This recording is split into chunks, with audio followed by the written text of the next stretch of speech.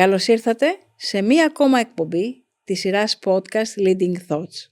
Προσκεκλημένοι της εκπομπής είναι μέλη του Thought Leaders Club, της κοινότητας των βραβευμένων, των φιναλίστ και των κριτών του θεσμού βραβείου Manager of the Year. Σήμερα έχουμε τη χαρά και την τιμή να έχουμε κοντά μας την κυρία Πέννη Κοντογιώργου. Είναι έμπειρη νομικός με εξειδίκευση στην τεχνολογία και την καινοτομία.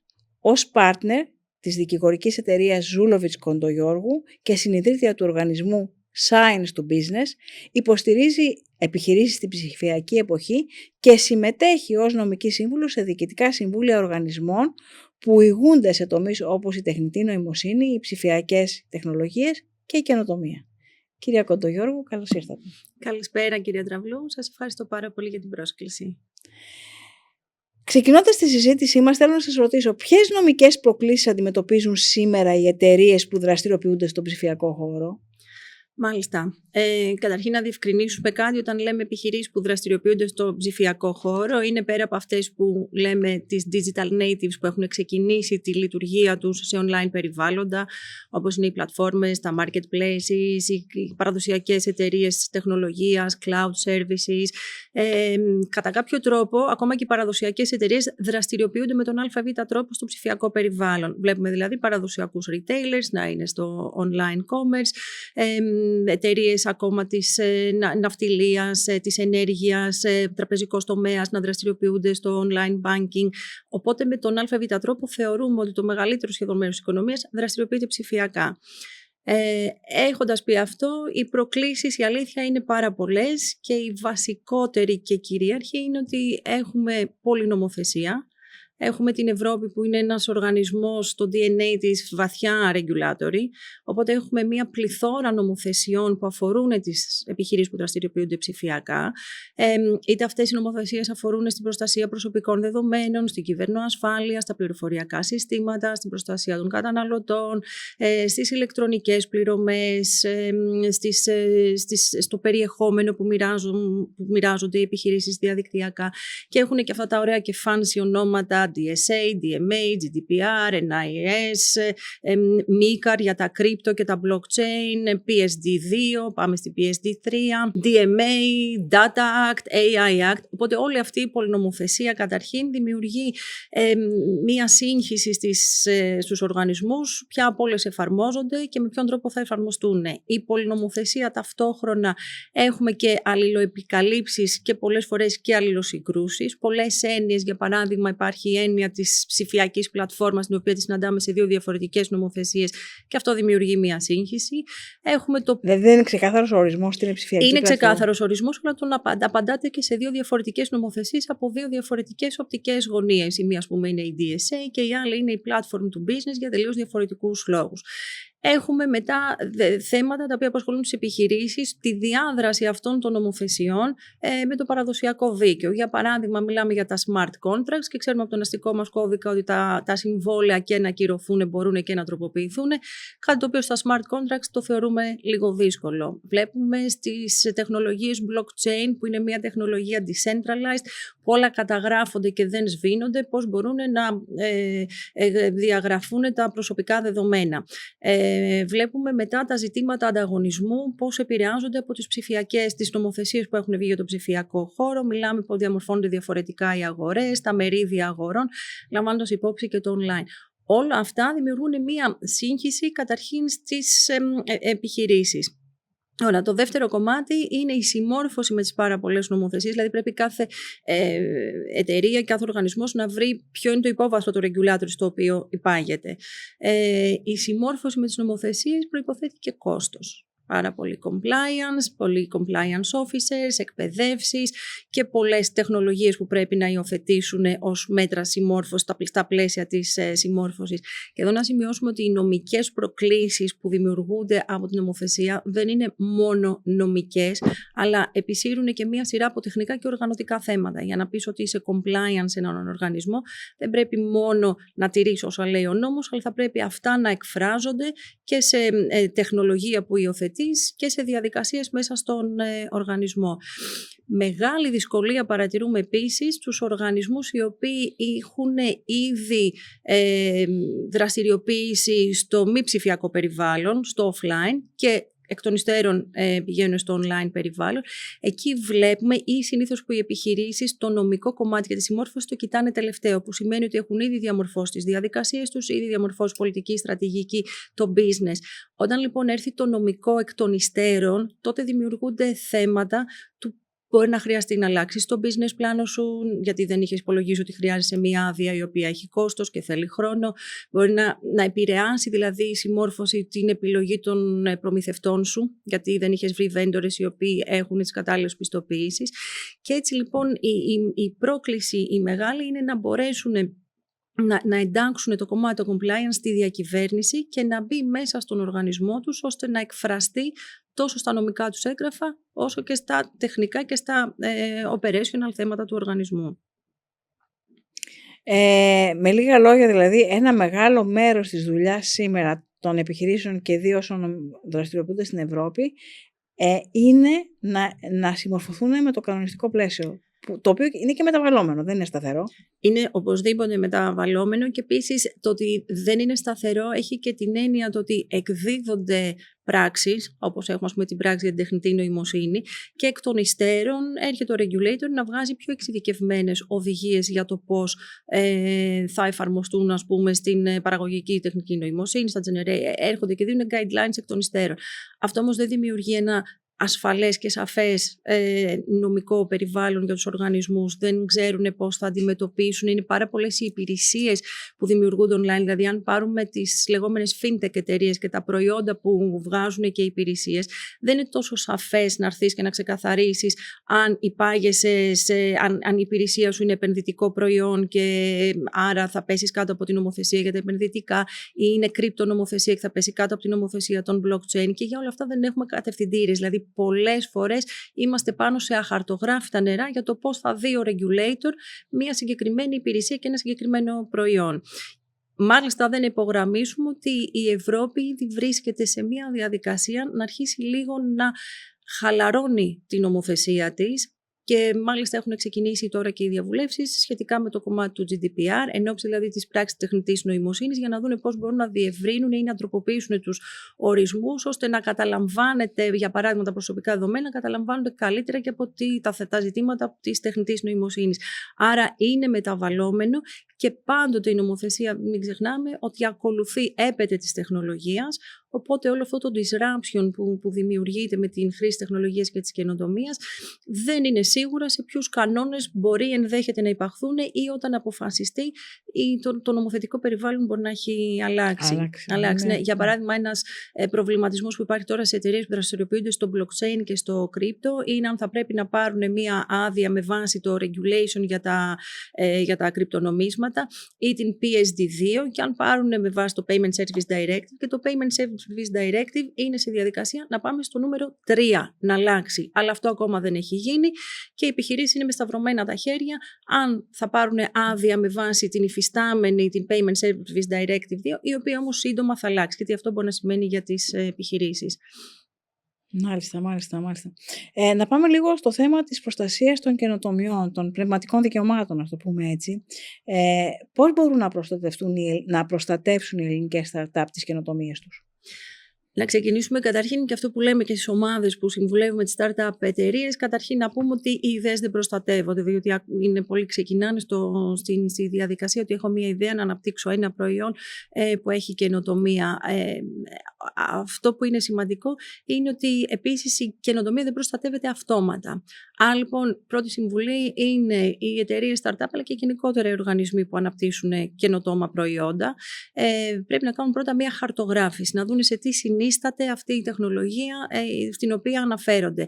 Πρόκειται για μια εφεύρεση, οπότε και εκεί έχουμε την προστασία με τις πατέντες, πρόκειται για έναν αλγόριθμο, ένα software, πρόκειται για ένα σύστημα τεχνητής νοημοσύνης, άρα πάλι αλγόριθμος είναι μια μεθοδολογία, είναι ένα know-how, μια τεχνογνωσία, μια θεωρία, μια φόρμουλα, είναι ήχος, είναι σχέδιο, είναι εικόνα, γιατί το κάθε ένα από όλα αυτά τα έργα έχει και δική της διαδικασία και δικό της κομμάτι προστασίας. Είναι οι πατέντες και είναι και τα λεγόμενα προστατεύονται με δικαιώματα πνευματικής ιδιοκτησίας.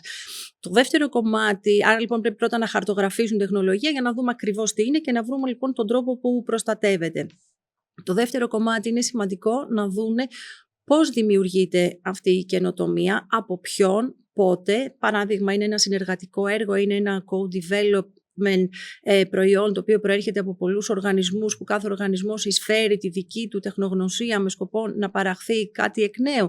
Και αν είναι αυτό, εκεί θα πρέπει οι εταιρείες να εξετάσουν όλο αυτό το input που φέρνουν οι οργανισμοί που συνεργάζονται, ότι έχουν καθαρά δικαιώματα σε αυτό και να έρθουν να ορίσουν ποιος θα έχει τα δικαιώματα ιδιοκτησίας στο νέο παραγόμενο έργο. Πολλές φορές βλέπουμε ειδικά στις εταιρείες startups spin-off, οι οποίες βγαίνουν και από τα ερευνητικά κέντρα και τους οργανισμούς στα πανεπιστήμια, τίθενται ερωτήματα αν όλη αυτή η καινοτομία τους είναι μια καινοτομία η οποία προήλθε, για παράδειγμα, από ένα ευρωπαϊκό πρόγραμμα στο οποίο συμμετείχαν ως οργανισμός, προήλθε από το πανεπιστήμιο ή τη συνεργασία με το πανεπιστήμιο, οπότε και εκεί θα πρέπει να δούμε τι ισχύουν από τους κανονισμούς μεταφοράς τεχνολογίας των οργανισμών, προήλθε από ένα R&D collaboration με την αγορά, οπότε το πώς, ποιος και πότε δημιουργείται ένα καινοτόμο προϊόν παίζει και αυτό το ρόλο του σε σχέση με την προστασία, την ιδιοκτησία. Και είναι σημαντικό να ξέρουν οι επιχειρήσεις πώς να το προστατεύσουν με τις συμβάσεις. Αν κάποιος τρίτος κάνει ανάπτυξη έργου για μία startup, θα πρέπει να εξασφαλίσουν ότι παίρνουν όλα τα δικαιώματα σε αυτό, ότι εκχωρεί όλα τα δικαιώματα στην εταιρεία. Και επίσης δεν είναι μόνο, και αυτό το λέω πάντα σε όλους τους οργανισμούς, όλη η διασφάλιση δεν προέρχεται μόνο με νομικά μέτρα, δηλαδή έγγραφα, αλλά χρειάζονται και αντίστοιχα τεχνικά και οργανωτικά μέτρα μέσα στον οργανισμό, όπως για παράδειγμα ποιος έχει access σε πληροφορίες οι οποίες είναι προστατευμένες και δεν πρέπει να έχουν πολύ πρόσβαση σε αυτές, να υπογράφουν τα λεγόμενα NDAs με όποιον είναι, να μοιραστούν πληροφορία προκειμένου να μπουν σε μια διαδικασία business, συζήτηση business. Και το τελευταίο και πολύ σημαντικό, που όμως καλύπτει όλα αυτά, είναι θα πρέπει να έχουν day one κουλτούρα δημιουργίας IP portfolio.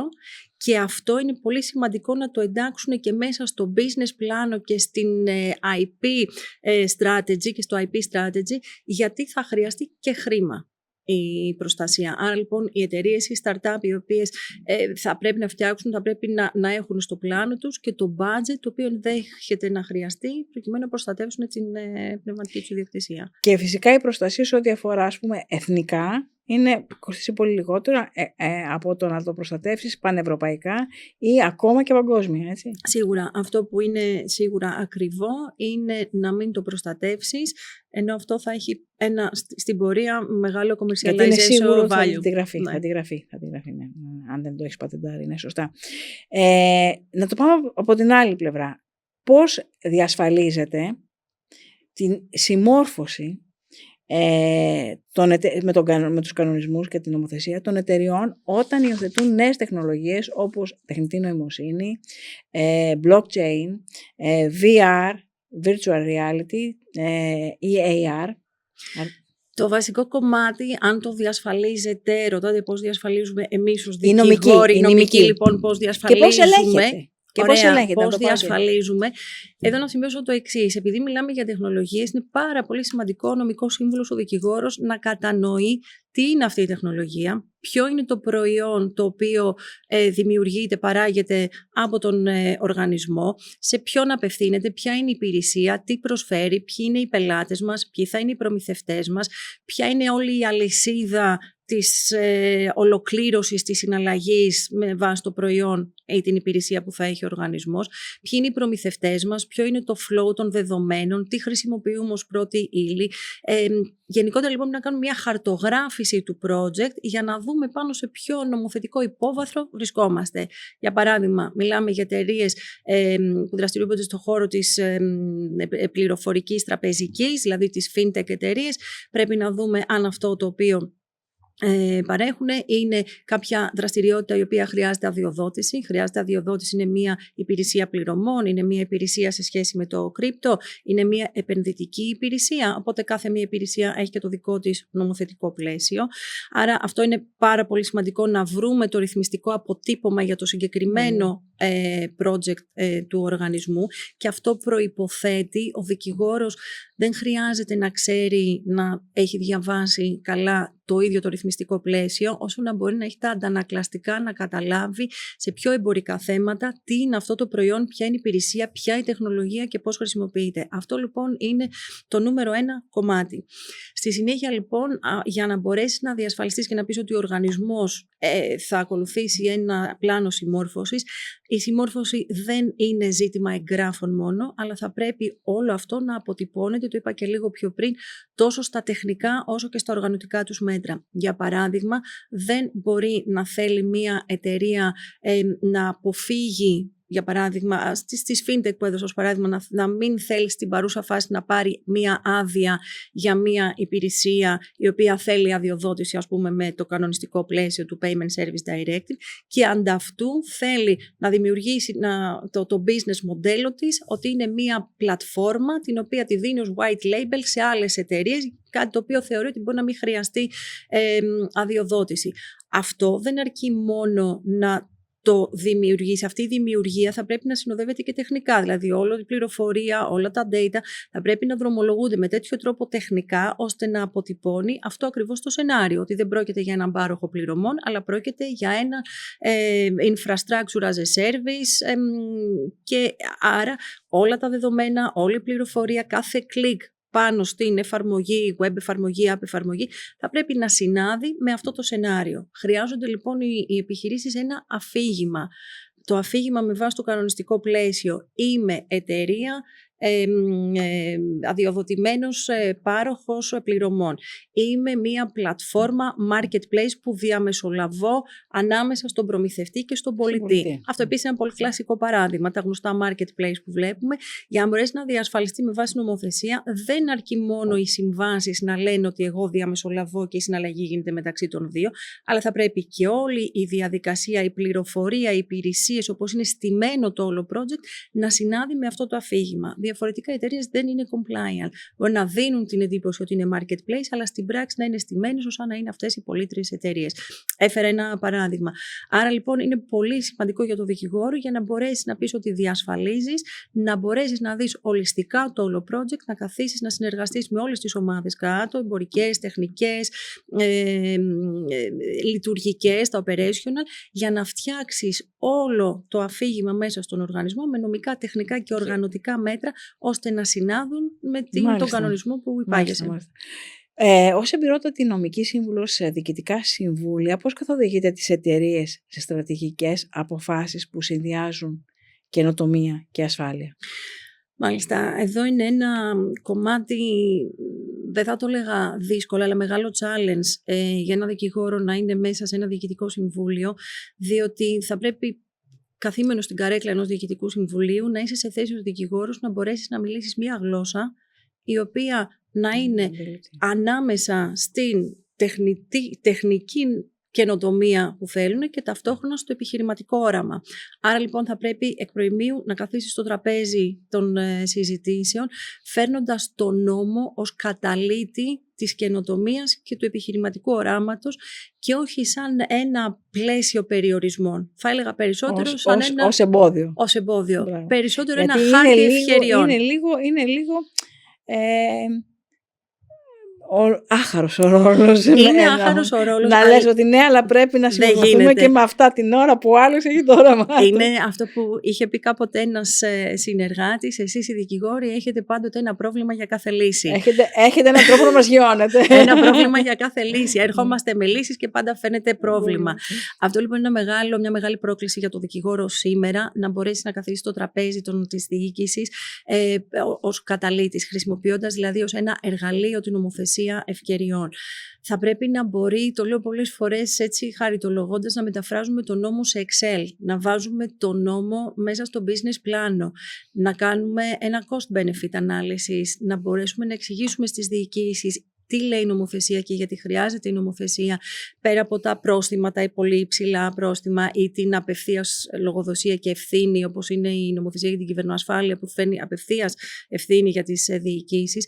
Θα πρέπει λοιπόν να καθίσουμε και να εξηγήσουμε ως να τη δίναμε σε ένα Excel την νομοθεσία μέσα στο business πλάνο, ποια είναι τα ωφέλη της, ποιο είναι να κάνουμε ένα cost-benefit analysis, ένα risk assessment. Άρα λοιπόν αυτό που και εγώ προσωπικά προσπαθώ να κάνω και θεωρώ ότι είναι και ο ρόλος του σύγχρονου δικηγόρου, είτε είναι στις διοικήσεις είτε όχι, είναι να μπορέσει να αξιολογεί ρίσκα και να μην απορρίπτει ιδέες. Όμως, αυτό είναι το ένα σκέλος. Το άλλο κομμάτι, πάμε να δούμε και τους ίδιους τους οργανισμούς, γιατί δεν είναι one fits. Δεν είναι one size, γιατί είναι ανάλογα και το risk appetite των οργανισμών. Βλέπουμε λοιπόν οργανισμούς οι οποίοι είναι πολύ πιο επιθετικοί στην καινοτομία και άλλοι που είναι λίγο πιο responsible growth σε σχέση με την ανάπτυξη. Αυτό έρχεται σιγά σιγά. Σίγουρα όμως η ίδια η νομοθεσία, όλες αυτές οι νομοθεσίες που ανέφερα αρχικά, έχουν μηδενική ανοχή στη κουλτούρα, μηδενική ανοχή της ασάφειας και της ανευθυνότητας. Μιλάνε για εμπιστοσύνη, μιλάνε για λογοδοσία και μιλάνε για διαφάνεια. Άρα λοιπόν πρέπει καταλυτικά ο ρόλος του δικηγόρου, ειδικά στα διοικητικά συμβούλια, να μπορέσουμε να βοηθήσουμε τους decision makers να καταλάβουν ορισμένα θέματα, αλλά αυτό που απαιτείται να βοηθήσουμε και εμείς με το λιθαράκι μας σιγά σιγά να αλλάζει η κουλτούρα, διότι και ο ίδιος ο νόμος το επιτάσσει. Και να υλοποιήσουμε το όραμα με σύνομο τρόπο. Και όχι να εμποδίσουμε το όραμα. Αυτό είναι λιγάκι που πρέπει να είναι αντιληπτό και από τις δύο πλευρές. Σίγουρα. Η αλήθεια είναι ότι γιατί έχουμε δει πολλούς νομικούς που κουνάνε το δάχτυλο, αλλά έχουμε δει και πάρα πολλούς επιχειρηματίες ή ανθρώπους που δραστηριοποιούνται και οι οποίοι θεωρούν ότι ο νομικός, η νομική συμβουλή τους εμποδίζει την υλοποίηση του οράματός τους. Είναι γεγονός και μέχρι τώρα, και να πω και κάτι, κυρία Τραβούλου, σε όλους τους οργανισμούς, το βλέπουμε και τώρα και στους μεγάλους οργανισμούς, λειτουργούν πολύ σε departmental silos. Δηλαδή κάθε department, το IT ασχολείται με το δικό του θέμα, το sales με το δικό του, το marketing, και δεν υπάρχει συνεργατική εργασία πάνω στα θέματα συμμόρφωσης. Ο καθένας δηλαδή δουλεύει σε silos. Οπότε ναι, χρειάζεται λίγο να μπορούμε να βλέπουμε το όραμα και να μην απορρίπτουμε την ιδέα, να χρησιμοποιούμε τον νόμο ως καταλήτη για την καινοτομία της εταιρείας. Με βάση την εμπειρία σας στη διαμόρφωση πολιτικών για νέες τεχνολογίες, ποιες τάσεις βλέπετε να διαμορφώνονται στο διεθνές νομικό πλαίσιο? Θα ξαναπώ μάλλον αυτό, ότι είναι τρεις μεγάλες λέξεις που συγκλίνουν όλες οι πολιτικές. Είναι εμπιστοσύνη, είναι λογοδοσία, ευθύνη δηλαδή, και είναι και transparency, διαφάνεια. Άρα λοιπόν αυτό αμέσως τι μας καλεί? Μας καλεί για μία πολιτική των οργανισμών που είναι compliance by design. Μπορούμε να το πούμε διαφορετικά responsible by design ή ethics by design. Μέχρι τώρα το compliance ήταν βρισκόμαστε μάλλον να το πω στη μετάβαση από το συμμόρφωση με τον νόμο εκ των υστέρων σε μία στρατηγική ευθύνη και εμπιστοσύνη εκ των προτέρων. Άρα το compliance δεν είναι θέμα η ηθική να δούμε αν συνάδει με τον νόμο, απλά πρέπει να είναι σχεδιασμένη οργανικά μέσα σε κάθε οργανισμό. Άρα ηθική ενσωματωμένη και θα προτιμούσα εγώ προσωπικά να χρησιμοποιήσω τον όρο ακόμα compliance ή responsible by design, ήδη από το σχεδιασμό. Αυτό είναι το μεγάλο κομμάτι το οποίο βλέπουμε η ίδια η νομοθεσία να προκαλεί, και δεν είναι μόνο υπόθεση του οργανισμού του ίδιου, αλλά είναι όλοι οι stakeholders. Για παράδειγμα, είναι challenge για τα VCs, για τις εταιρείες που επενδύουν, να έχουν και εκείνες αντίστοιχα μία κουλτούρα compliance και να μην είναι, δηλαδή όταν θα κάνεις ένα due diligence να εξαγοράσεις μία εταιρεία, το κομμάτι της συμμόρφωσης θα πρέπει να είναι αρκετά μπροστά στην ατζέντα και να μην είναι ένα τυπικό due diligence το οποίο το βλέπεις και το βάζεις με ρήτρες μέσα στη συμβάση, θα το τακτοποιήσεις αργότερα. Ειδικά στις startup εταιρείες, το λέμε πολύ ότι και η κουλτούρα, ας πούμε, για παράδειγμα των επενδυτών θα πρέπει να είναι compliance by design. και όχι κάτι το οποίο θα το κάνουμε αργότερα στο βωμό του γρήγορου return on investment. Αντίστοιχα και οι regulators, όλοι δηλαδή είναι ένα παιχνίδι γενικότερο, το να αλλάξουμε κουλτούρα, είναι mind changer η νομοθεσία γενικότερα, του να αλλάξουμε κουλτούρα και να πάμε σε λογοδοσία, εμπιστοσύνη, διαφάνεια. Και με αυτή την έννοια η συμμόρφωση πλέον άπτεται της ηθικής των brands και βλέπουμε ότι, εγώ τουλάχιστον διαπιστώνω ότι η Gen Z και οι επερχόμενες γενιές δίνουν πολύ μεγάλη σημασία, πολύ μεγαλύτερη σημασία στην ηθική των brands, το αφήγημα να είναι ελκυστικό αλλά να έχει και μία ηθική.